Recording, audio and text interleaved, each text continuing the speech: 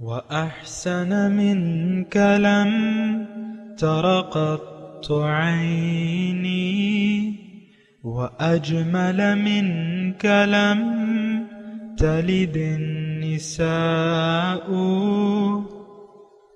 خلقت مبرأ من كل عيب خلقت مبرأ من كل عيب كأنك قد خلقت كما تشاء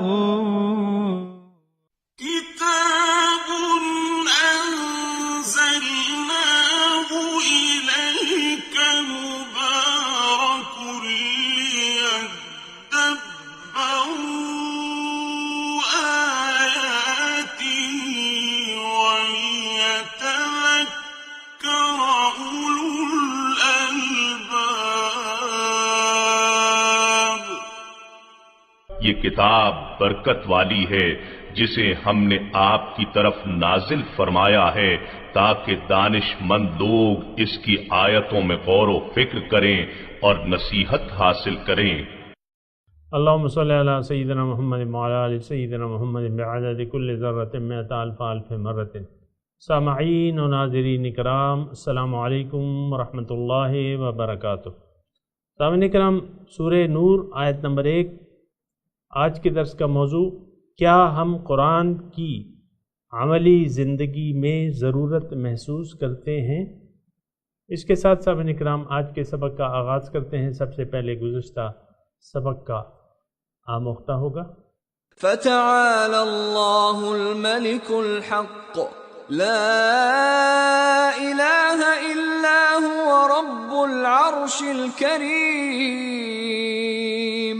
بس اللہ جو بادشاہ حقیقی ہے، بلند و برتر ہے، اس کے سوا کوئی معبود نہیں، بزرگی اور عزت والے عرش اقتدار کا وہی مالک ہے۔ ومن يدع مع الله إلها آخر لا برهان له به فإنما حسابه عند ربه إنه لا يفلح الكافرون۔ اور جو شخص اللہ کے ساتھ کسی اور معبود کی پرستش کرتا ہے، اس کے پاس اس کی کوئی سند نہیں ہے، سو اس کا حساب اس کے رب ہی کے پاس ہے، بے شک کافر لوگ فلاح نہیں پائیں گے۔ وقل رب اغفر وارحم وأنت خير الراحمين۔ اور آپ عرض کیجئے، اے میرے رب تو بخش دے اور رحم فرما، اور تو ہی سب سے بہتر رحم فرمانے والا ہے۔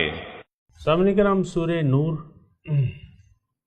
اور آیت نمبر 1 سے اس کا آغاز ہو رہا ہے، اور یہ سورت جو ہے سامعین کرام سورہ نور، یہ مدنی سورت ہے، اور اس کے یعنی مدنی دور کے 6 ہجری کی اس کا نزول ہے، 6 ہجری۔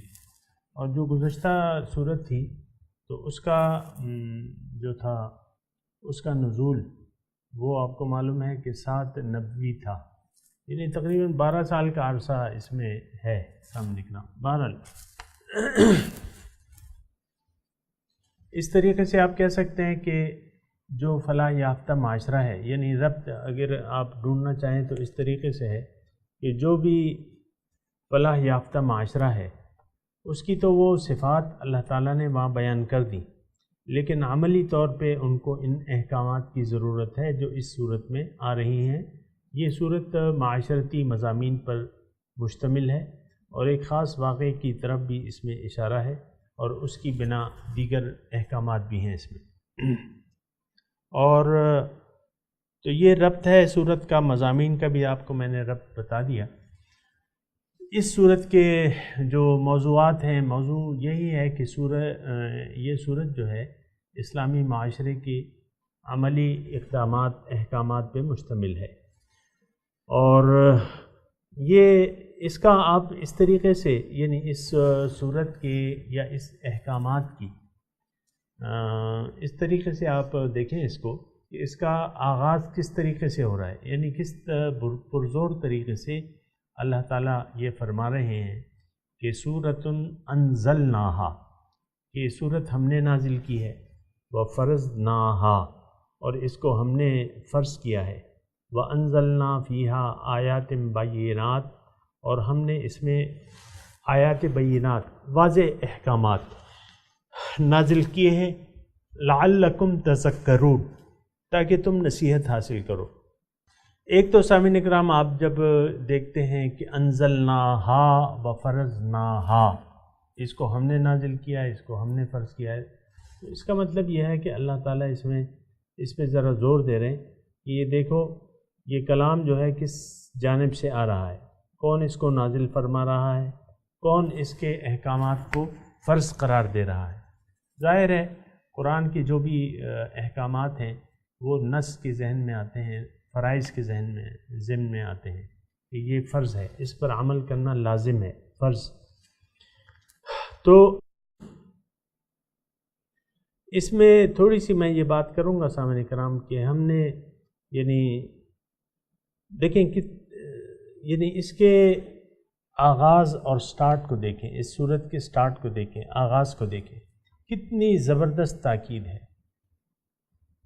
سورتن، اب اکیلے یہ صورت تو نہیں ہے نا، صورتیں تو اور بھی ہیں، لیکن اس میں تھوڑا سا اشارہ فرما رہے ہیں کہ دیکھو اس کے احکامات کو معمولی نہ سمجھ، اس میں جو بھی احکامات بیان ہو رہے ہیں وہ ہم اس کے نازل کرنے والے ہم ہیں، اس کو فرض کرنے والے ہم ہیں۔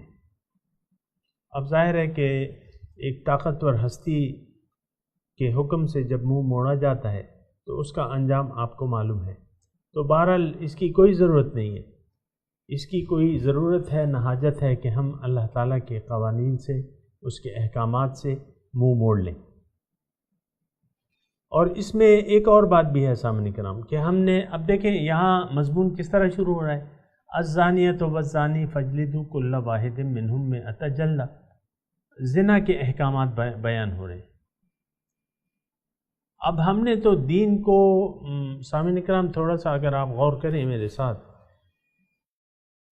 کہ ہم نے تو دین کو 5 بنا تک محدود کر لیا ہے، 5 بنا تک محدود کر لیا ہے ہم نے، اور اس کے علاوہ ہم سمجھتے ہیں کہ بس آپ نے کلمہ پڑھ لیا، آپ نے نماز پڑھ لی، روزہ رکھ لیا اور زکوٰۃ دے دی یا حج کر لیا، آپ کی چھٹی، باقی کاموں سے آپ کی چھٹی۔ باقی آپ دیکھیں یہ ایک آدمی نماز بھی پڑھ رہا ہے، سود بھی لے رہا ہے، ایسے ہیں لوگ کہ نہیں ہیں؟ ایک آدمی پرائی عورتوں سے تعلقات بھی قائم کر رہا ہے اور وہ داغ سجدہ بھی اپنے ماتھے پہ لگا رہا ہے، یا ایک آدمی کاروبار میں بددیانتی کر رہا ہے، ملاوٹ کر رہا ہے، یا غلط طریقے سے کاروبار کر رہا ہے، اسلامی اصول کا خیال نہیں رکھ رہا، جھوٹ بول رہا ہے، اس میں قسمیں، جھوٹی قسمیں کھا کے اپنا مال بیچ رہا ہے، لیکن ساتھ جو ہے وہ روزے بھی رکھ رہا ہے۔ اچھا ایک آدمی حج پہ بھی جا رہا ہے، لیکن وہ سارے پیسے جو ہیں وہ سودی نظام میں اس نے لگائے ہوئے، وہ سود ہیں اور حرام حلال کا وہ خیال نہیں رکھتا، اور ہر سال حج پہ جا رہے ہیں سامعین کرام۔ اسی طرح بہت سی مثالیں۔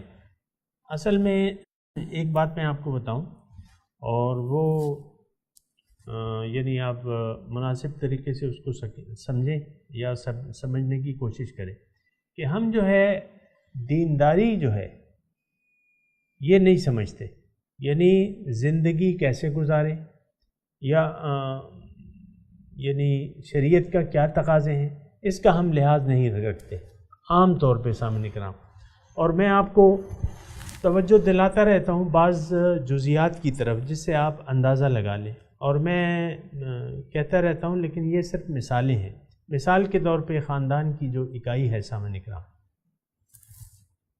میاں ہے، بیوی ہے، یہ تو ایک اسلامی طریقہ ہے کہ دو خاندان ملنے چاہیے تاکہ سلسلہ انسانیت چلے اور انسان بڑے، اپنی مطلب آبادی جو ہے بڑے، اور انسان کی ظاہر ہے جسمانی ضروریات بھی ہیں، معاشرتی ضروریات بھی ہیں. انسان اکیلا تو نہیں رہ سکتا. ایک مثال کے طور پہ ایک باپ کے ایک بیٹا ہے. اب ماں باپ تو بوڑھے ہو رہے ہیں، اب بیٹے نے یعنی شادی کرنی ہے، اس نے ایک خاندان بنانا ہے، خاندان کی بنیاد رکھنی ہے، اس سے اس کا خاندان چلے گا. یعنی یہ خاندانی، اس سے تو ہم منہ موڑ نہیں سکتے نا شادی سے یا اس سے. لیکن میں آپ کو کہہ رہا ہوں، اور بنیادی طور پہ نقطہ میں یہ کہنا چاہ رہا ہوں، میرے اندر کوئی تعصب نہیں ہے کہ میں خواہ کسی پہ حرف زنی کروں، نہیں، ایسا بالکل نہیں. میں تو صرف یعنی مقصد یہ ہے کہ معاشرے کا اجتماعی رویہ کیا ہے، لیکن پھر اس کے لیے مثالیں دینا پڑتی ہیں، اور اس میں پھر بعض اوقات میاں بیوی کی مثال دیتا ہوں کہ ہم جو ہیں، یعنی ہمارے ذہن میں نہیں ہے کہ اسلام تو ایک دین ہے، ایک نظام حیات ہے، ایک زندگی گزارنے کا طریقہ ہمیں بتاتا ہے. دین تو سارا یہی ہے سامعین کرام. یہ باقی 5 بنا تو اس کے ساتھ معاونت کرتے ہیں. یعنی آپ نماز پڑھیں تو آپ ان الصلاۃ تنہی عن الفحشاء والمنکر، یا واقم الصلاۃ لذکری، یا روزہ آپ رکھتے ہیں تو اس کا مطلب لعلکم تتقون ہے. زکوٰۃ آپ دیتے ہیں، زکوٰۃ مالی یعنی معاشرتی تفاوت دور کرتی ہے سامعین کرام. حج آپ پہ لازم ہے، اس کی میں اپنی جگہ تشریح کروں گا، یا کلمہ آپ نے پڑھا ہوا ہے. لیکن میں یہ کہہ رہا ہوں کہ اصل دین کیا ہے. تھوڑی اگر آپ کی میری طرف توجہ ہو تو میں آپ کو یہ بات بتاؤں کہ اصل تو یہ ہے کہ آپ اپنی مرضی سے زندگی نہ گزاریں. یہ میں آپ کو کہہ بھی چکا ہوں، دوبارہ کہہ رہا ہوں، کوئی ہو سکتا ہے نیا سننے والا ہو تو ان کے لیے میری گزارش یہ ہے کہ دین اصل میں یہ ہے. دیکھیں، اللہ تعالیٰ نے انسان کو ایک مقصد کے لیے پیدا کیا ہے، اور وہ مقصد کون ہے؟ اللہ تعالیٰ ہی انسان کا منزل ہے، مقصد حیات ہے. اللہ کے پاس اس نے جانا ہے، اور اللہ کے گھر میں اس نے رہنا ہے. واللہ یدعو الی دار السلام، اللہ تعالیٰ دار السلام کی طرف ہمیں بلا رہا ہے.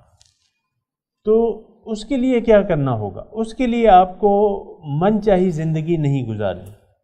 میں آسان الفاظ میں بات کہہ رہا ہوں کہ آپ نے اپنی مرضی سے زندگی نہیں گزارنی، بلکہ جو طریقہ حیات اللہ تعالیٰ کا پسندیدہ ہے، دین اسلام، اس کے مطابق زندگی گزارنی، اور اس کے مطابق بھی اپنی مرضی سے نہیں گزارنی.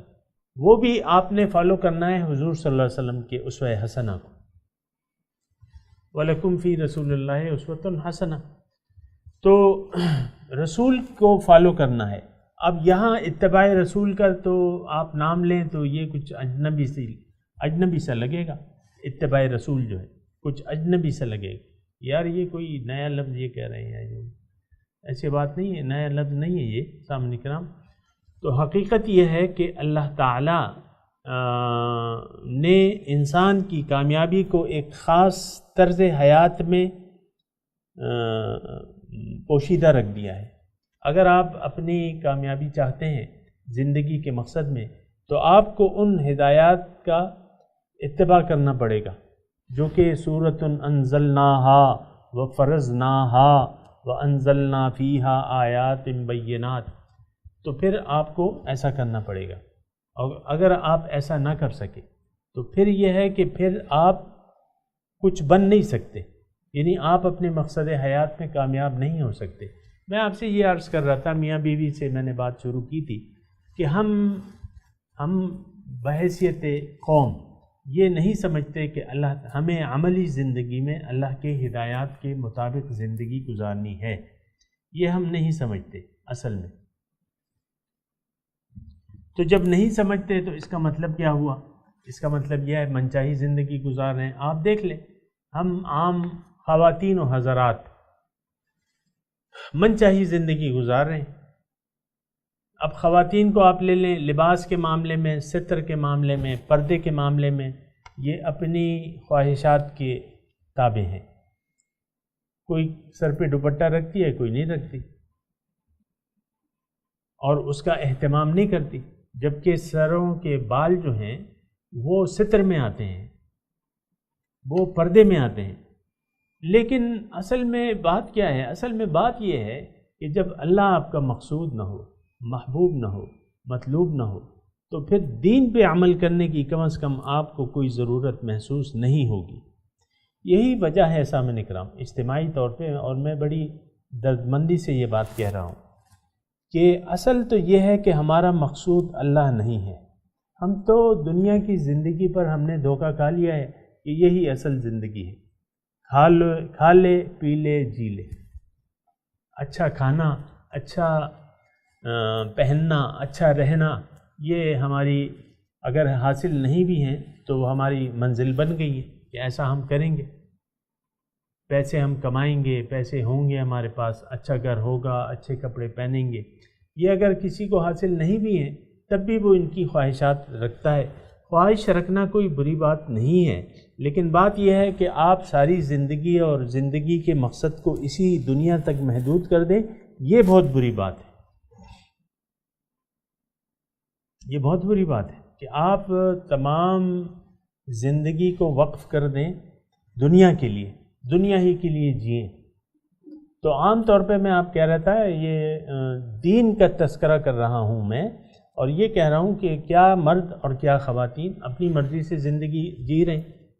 اب میں جو بات کہہ رہا تھا وہ یہ تھی کہ شادی ہوتی ہے، میاں بیوی بن جاتے ہیں، مرد اور لڑکی جو ہے، لڑکا لڑکی میاں بیوی بن جاتے ہیں۔ اب بیوی جو ہے چونکہ ایک انسان ہے اور انسان میں صفات رذیلہ موجود ہوتی ہیں، اور اس نے اپنی اصلاح کی نہیں ہے، بیوی صاحبہ نے اپنی اصلاح کی نہیں ہے، بات بات پہ جو ہے وہ شوہر سے روٹھ جاتی ہیں، بات بات کو ایشو بنا کے جو ہے منہ بسول لیتی ہیں، بات چیت بند کر دیتی ہیں۔ مثال کے طور پہ عرض کر رہا ہوں، اصل میں تو نقطہ یہ ہے کہ آپ کا جینا جو ہے وہ جینا برائے دنیا ہے، برائے آخرت نہیں ہے۔ اصل نقطہ یہ ہے۔ تو اگر آپ کا مقصد اور محبوب و مطلوب و مقصود دنیا بن گئی تو پھر یہ ہے کہ آپ کا تو کام خراب ہو گیا۔ سامنے کا اللہ کو آپ نے اپنی منزل ہی نہیں ٹھہرایا، اللہ سے کوئی پیار ہی نہیں ہے، اللہ کی رضا کا کوئی خیال ہی نہیں ہے، تو پھر تو من چاہی زندگی ہے۔ تو کیا خواتین اور کیا مرد، کیا لڑکے اور کیا لڑکیاں، مرد صاحب بھی بس اپنے دنیا کے جھمیلوں میں پڑے ہوئے اور دنیا ہی کو مقصود بنا کے بس اس کی چکی میں پس رہے ہیں، دنیا کی چکی میں لگ گئے، بس ہائے دنیا اور ہائے دنیا، صبح دنیا شام دنیا۔ تو یہ ایک ایسی خطرناک صورتحال ہے سامعین کرام کہ اس کا جو ہے یعنی ہمیں اس کا خمیازہ بھگتنا پڑے گا۔ دیکھیں یہ سورۃ انزلناہا و فرضناہا، میں صرف یہ ایک بات کی طرف آپ کو متوجہ کر رہا ہوں کہ یہ اتنی عظیم الشان سٹارٹ جو اللہ تعالیٰ لے رہے ہیں عظیم الشان طریقے سے، اور پھر پرزور طریقے سے اللہ تعالیٰ یہ آیت اس کا جو انداز ہے، یہ تو آپ کم از کم دیکھیں نا سامنے کا۔ اول تو یہ دیکھیں یہ قرآن ہے کس کے لیے، یہ میرے لیے ہے، آپ کے لیے۔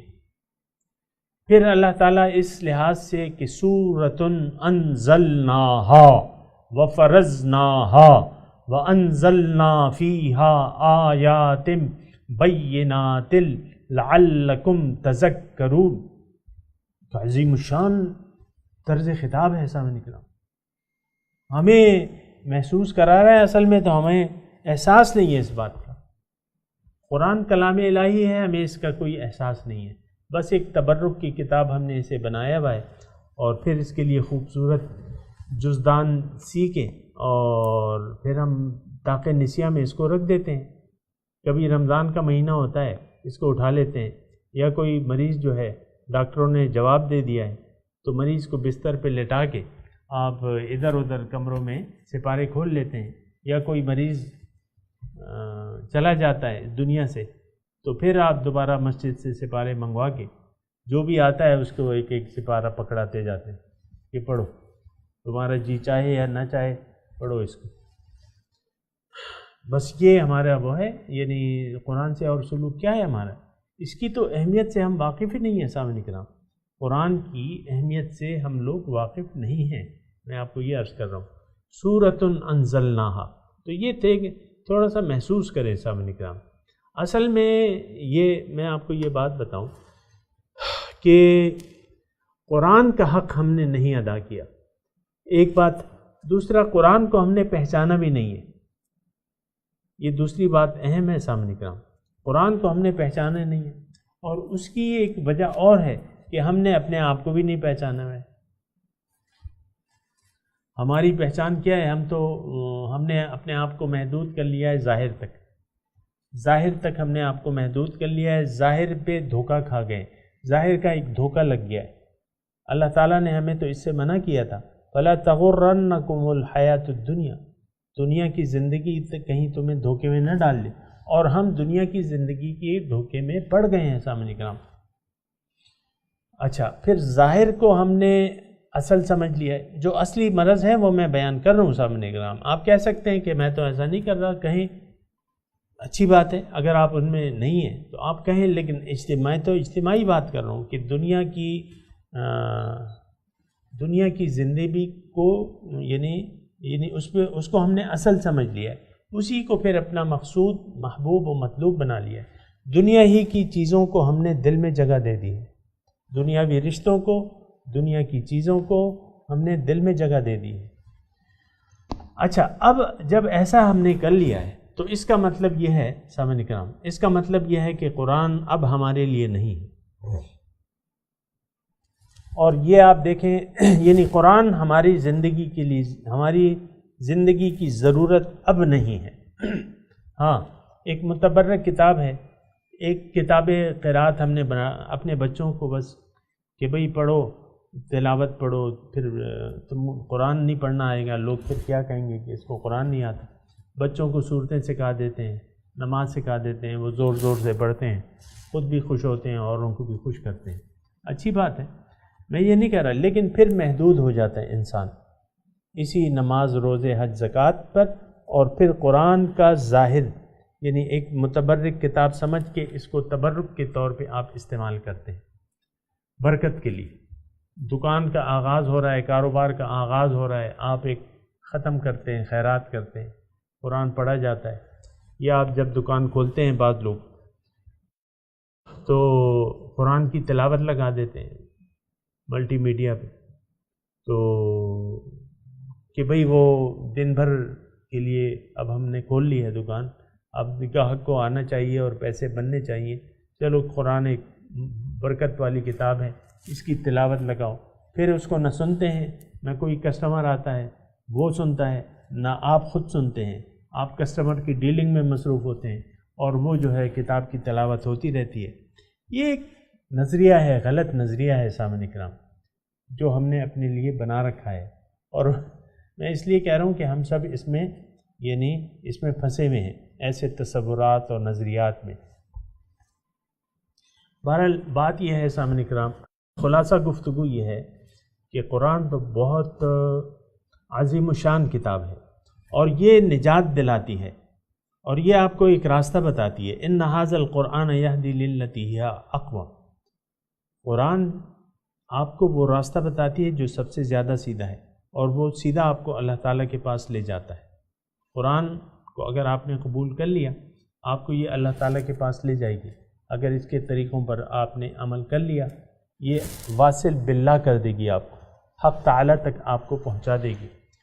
لیکن یہ ساری ہماری ضروریات نہیں ہیں، اللہ کا قرب، اللہ کی معرفت، یا اللہ کا دیدار، یا دیدار مصطفیٰ، یا روز حشر کا دن، یا قبر کے حالات، یہ ہماری کوئی ضرورت نہیں ہے۔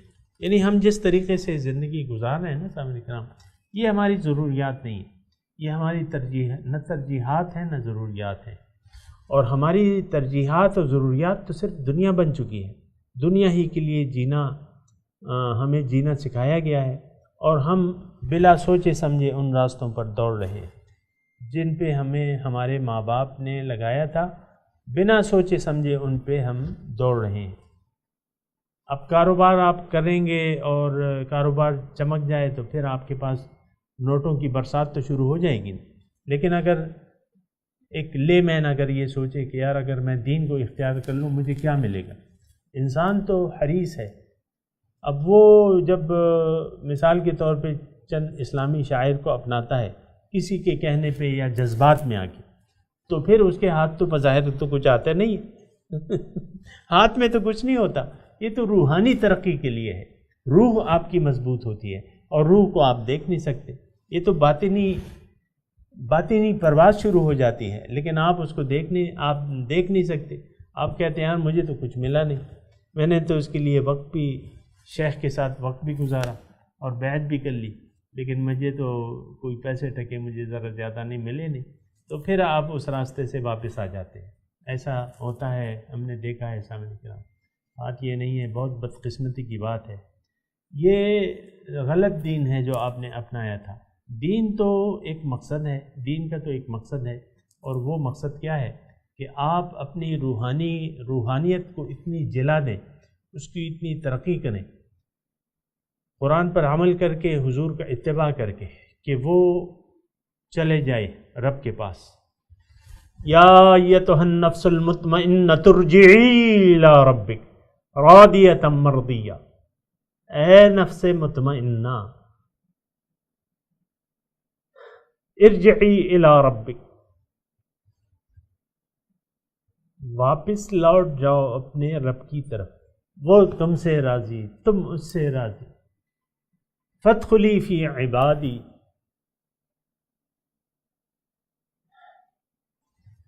میرے خاص بندوں میں شامل ہو جاؤ. وادخلی جنتی، میری جنت میں داخل ہو جاؤ. تو یعنی وہ اقبال کہتا ہے نا کہ پرے ہے چرخ نیلی فام سے منزل مسلمان کی، ستارے جس کی گرد راہوں وہ کارواں تو ہے. اے طائر لاہوتی، تم تو لاہوت کے پرندے ہو، تم نے دنیا سے کیا لینا دینا، دنیا تو تمہاری منزل آئی نہیں.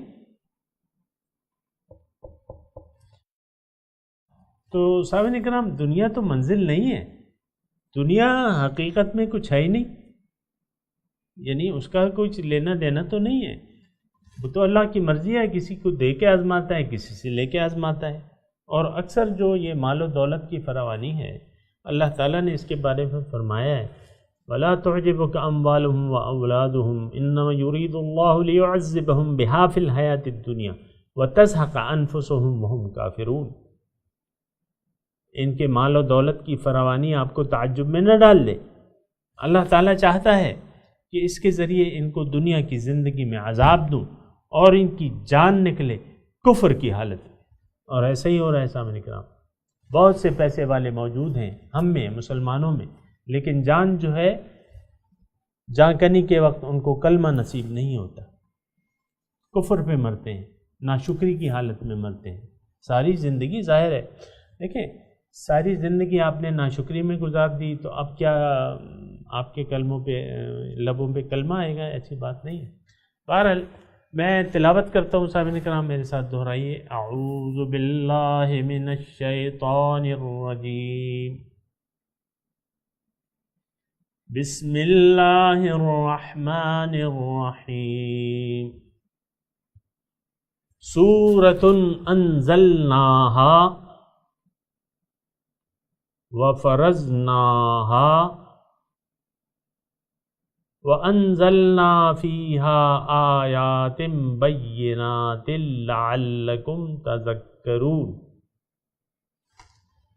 اللہ سامعین اکرام ترجمہ سنا دیں.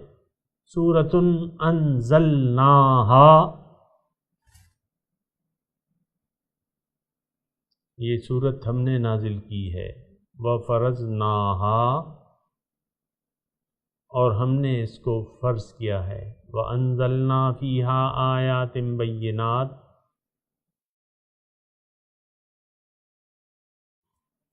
اور ہم نے نازل کی ہیں اس میں واضح احکامات. لَعَلَّكُمْ تَذَكَّرُونَ، تاکہ تم نصیحت حاصل کرو. سامعین کرام، اب ان آیات کی تلاوت اور ترجمہ۔ سورة أنزلناها وفرضناها وأنزلنا فيها آيات بينات لعلكم تذكرون. A chapter that we have revealed and made obligatory and revealed in clear verses that you may take heed. سامعین کرام، اس کے ساتھ ہی آج کے درس کا وقت اختتام کو پہنچا۔ اگلے درس میں انشاءاللہ ملاقات ہوگی۔ وآخر دعوانا ان الحمدللہ رب العالمین، والسلام علیکم ورحمۃ اللہ وبرکاتہ۔